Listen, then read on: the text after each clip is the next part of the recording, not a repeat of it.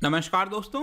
आपने रिसेंटली सुना होगा कि एयर इंडिया का डिसइन्वेस्टमेंट किया जा रहा है और कल इसकी आखिरी तारीख थी एक्सप्रेशन ऑफ इंटरेस्ट की। मतलब कि जो कंपनी जो पार्टीज यहां पर एयर इंडिया को खरीदना चाहती हैं वो अपना एक्सप्रेशन जता सकती हैं। इसी को कहा जाता है एक्सप्रेशन ऑफ इंटरेस्ट। और इसी को देखते हुए यहां पर बताया जा रहा है कि टाटा ग्रुप ने भी, जी हां, यहां पर शायद अनुमान भी नहीं लगाया जा रहा था कि क्या टाटा ग्रुप भी बिडिंग करेगा, क्योंकि आपको पता होना चाहिए कि जो एयर इंडिया है, इंडियन एयरलाइंस था पूरा जो पहले, ये बेसिकली टाटा ने ही स्टार्ट किया था। टाटा ग्रुप ने आगे चलकर यहां पर गवर्नमेंट ऑफ इंडिया ने खरीद लिया था आजादी के बाद, लेकिन यहां पर वापस से टाटा हो सकता है कि एयर इंडिया को परचेस कर ले। जैसा कि आप देख सकते हो, टाटाज में री enter air India cockpit 67 years after exit. तो मैं आपको इसकी पूरी स्टोरी बताऊंगा, यहां पर किसने किसने पार्टिसिपेट किया है, क्या इंपॉर्टेंस है डिसइन्वेस्टमेंट की, काफी कुछ जानने को है। चलिए आगे बढ़ते हैं। मैं हूं अंकित अग्रवाल और अपडेट के लिए आप मुझे फॉलो कर सकते हैं इंस्टाग्राम, फेसबुक और ट्विटर पर। मेरे लेक्चर की हर पीडीएफ आपको फेसबुक पर तो मिलेगी ही, प्लस साथ में आप मेरा टेलीग्राम चैनल ज्वाइन कर सकते हैं by searching Ankit Agarwal official. और अगर आप यूपीएससी की तैयारी कर रहे हैं तो आपके लिए सुनहरा मौका है स्टडी IQ लैब के लिए स्मार्ट कोर्सेज, जिसके थ्रू आप अपनी प्रिपरेशन और भी ज्यादा अच्छे तरीके से कर सकते हैं। सबसे पहले देखते हैं दोस्तों यहां पर क्या हुआ है। तो सेंट्रल गवर्नमेंट ने कल कहा है कि उसको मल्टीपल एक्सप्रेशंस ऑफ इंटरेस्ट मिले हैं एयर इंडिया से। मतलब एयर इंडिया को वो बेचना चाह रहा है सेंट्रल गवर्नमेंट, और इसके लिए कई सारी पार्टीज ने इंटरेस्ट दिखाया है, जिसमें टाटा सन्स भी बताया जा रहा है जो इन्होंने बिडिंग की है। और इसके अलावा मैं आपको बता दूं कि एयर इंडिया के ही कुछ एम्प्लॉइज हैं, ठीक है, उन्होंने मिलकर यहां पर यूएस बेस्ड एक इन्वेस्टमेंट फर्म है, उनके साथ मिलकर भी यहां पर बिडिंग की है। और ये जो पूरा बिडिंग का प्रोसेस था, ये जो एक्सप्रेशन ऑफ इंटरेस्ट सबमिट करना था, ये कल का ही आखिरी डेट था, मंडे को शाम 5 बजे, और फाइनली ये खत्म हो चुका है। अब अगला स्टेप बताया जा रहा है कि 5 जनवरी को यहां पर गवर्नमेंट जो है वो नोटिफाई करेगी कि किसने किसने क्वालिफाई किया है। मैं आपको बता दूं कि ये पहली बार नहीं है कि एयर इंडिया को डिसइन्वेस्टमेंट किया जा रहा है, 2018 में भी किया गया था। तो ये सेकेंड अटेम्प्ट है सरकार का जब डिसइन्वेस्टमेंट के प्रोसेस के थ्रू गुजर रही है। लेकिन 2018 में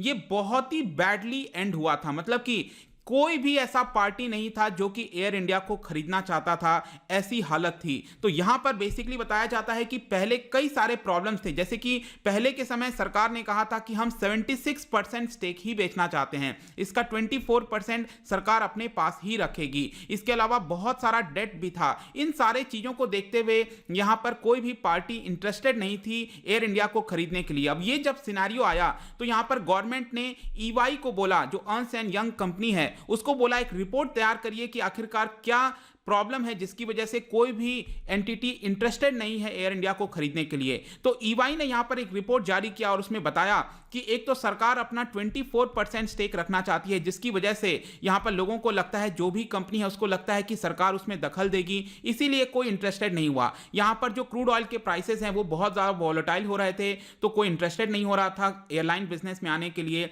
इसके अलावा एक्सचेंज रेट भी फ्लक्चुएट हो रहा था, डेट बहुत ज्यादा था, कर्ज जो है एयर इंडिया के ऊपर वो भी बहुत ज्यादा है, इसलिए कोई इंटरेस्टेड नहीं है। इसके अलावा मैक्रो एनवायरनमेंट, जो एयरलाइन का बिजनेस है वो बहुत ज्यादा प्रॉफिटेबल नहीं लग रहा है, और यहां पर रेस्ट्रिक्शंस लगाए गए हैं सरकार के द्वारा कई इंडिविजुअल्स के ऊपर, जिसकी वजह से शायद यहां पर बिडिंग देखने को नहीं मिली। अब इन सारी चीजों को देखते हुए सरकार ने जो पूरा बिडिंग का प्रोसेस है उसको थोड़ा रिवैम्प करने की कोशिश की, बदलने की कोशिश की। जैसे कि इस बार यहां पर जो बिडिंग है बेसिकली 100% स्टेक पर लगाई जा रही है। मतलब कि सरकार कोई भी हिस्सा अपने पास नहीं रखेगी, 100% सरकार ये बेचेगी। इसके अलावा मैं आपको बता दूं कि एयर इंडिया की ही सब्सिडी है जिसका नाम आप देख सकते हो एयर इंडिया एक्सप्रेस, ये भी 100% बिक जाएगा इसके साथ साथ। इसके अलावा यहां पर 50% स्टेक है एयर इंडिया का सिंगापुर की जो टर्मिनल सर्विसेज हैं उनके साथ मिलकर।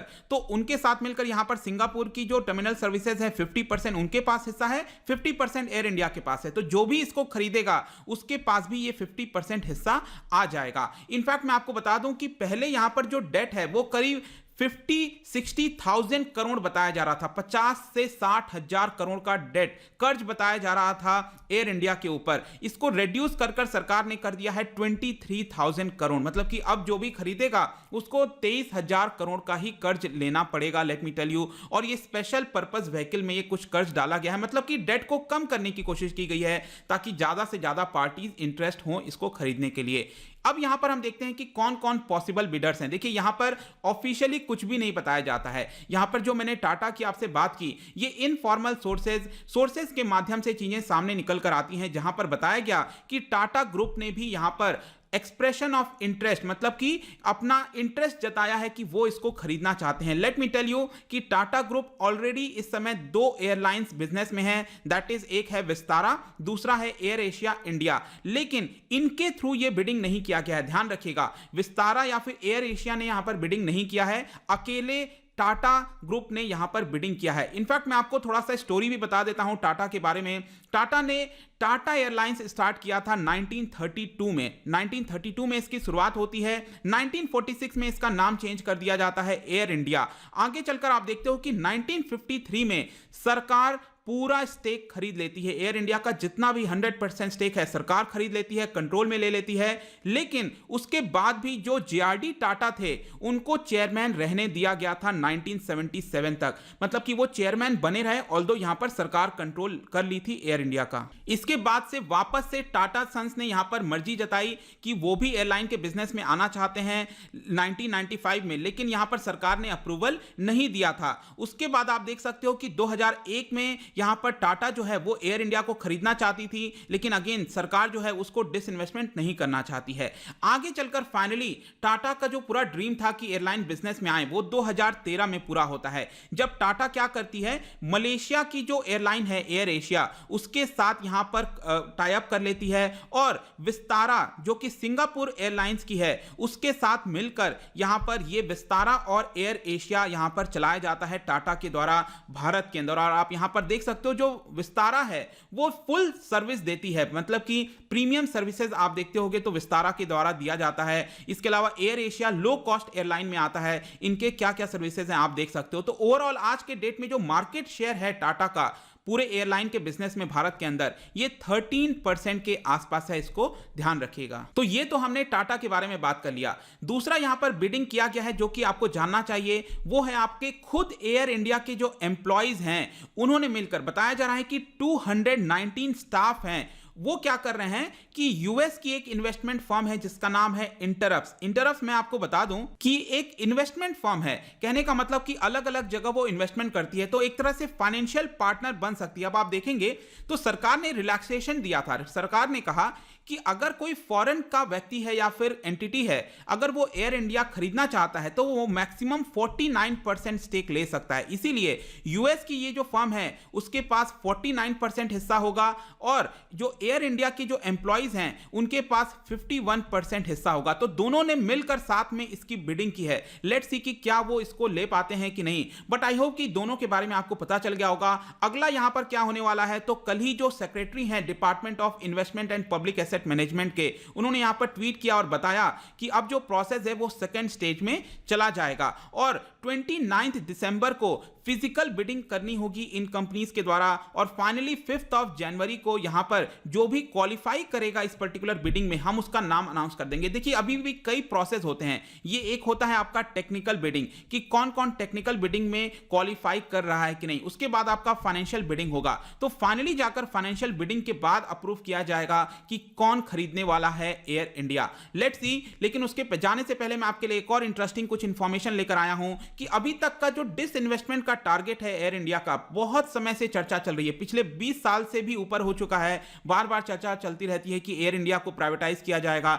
2001 में पहली बार यहां पर अटेम्प्ट किया गया था लेकिन सक्सेसफुल नहीं रहा था। जैसा कि मैंने आपको बताया था कि टाटा इंटरेस्टेड थी इसको खरीदने के लिए, सरकार ने अप्रूवल नहीं दिया। फिर 2007 में क्या किया गया, पहले क्या होता था, एयर इंडिया और इंडियन एयरलाइंस दोनों अलग हुआ करते थे, इनको मर्ज कर दिया जाता है और आज के डेट में हम जानते हैं सिर्फ एयर इंडिया लिमिटेड के बारे में। और आगे चलकर 2013 में भी जो Ajit Singh civil aviation minister थे, उन्होंने यहां पर सजेस्ट किया कि हमें इसको प्राइवेटाइज कर देना चाहिए, क्योंकि यहां पर बार बार क्या हो रहा था कि एयर इंडिया के अंदर बहुत लॉसेस देखने को मिल रहा था। जो टैक्स पेयर्स का पैसा है वो बार बार एयर इंडिया के अंदर जाता था और वो फिर से लॉस में कन्वर्ट हो जाता था। इवन इकोनॉमिक सर्वे 2017 में उन्होंने बताया कि इसको प्राइवेटाइज करना चाहिए। 2017 में अगर आप देखोगे इसके ऊपर जो कर्ज है वो 50,000 करोड़ हो गया था। जी हां, 50,000 करोड़ का कर्ज। आज के डेट में ये करीब 60,000 करोड़ के आसपास बताया जाता है। इसी को देखते हुए फाइनली 2017 में जो मोदी सरकार है उन्होंने डिसाइड किया कि हम इसको प्राइवेटाइज करेंगे, और जैसा मैंने आपको बताया 2018 में ये जो बिडिंग का प्रोसेस है फेल हो गया था। अब फाइनली ऐसा दिख रहा है कि ये सक्सेस हो सकता है, क्योंकि कई लोग अब इंटरेस्टेड हैं इसको खरीदने के लिए। इनफैक्ट आप यहां पर भी देख सकते हो कि कितना जो पैसा है वो सरकार ने हर साल लगाया है। 2011-12 में 1200 करोड़ रुपए इंफ्यूज किया गया एयर इंडिया में, 2012-13 में 6000 करोड़, फिर 6000, फिर 5700 करोड़, यहां पर 2016 में 17 में 2400 करोड़, 2017-18 में 1800 करोड़। तो लगातार आप देख सकते हो पिछले 7-8 सालों में ही 26-27 हजार करोड़ रुपए यहां पर एयर इंडिया के अंदर डाला गया है। ये पूरा टैक्स पेयर्स का पैसा है और यहां पर फायदा कोई और उठाता है इसका। तो कहीं ना कहीं इसको ध्यान में रखते हुए ये जो प्राइवेटाइजेशन है एयर इंडिया का वो सरकार कर रही है, क्योंकि लगातार ये लॉस में जा रहा है और बाकी के एयरलाइंस जो सक्सेसफुल हैं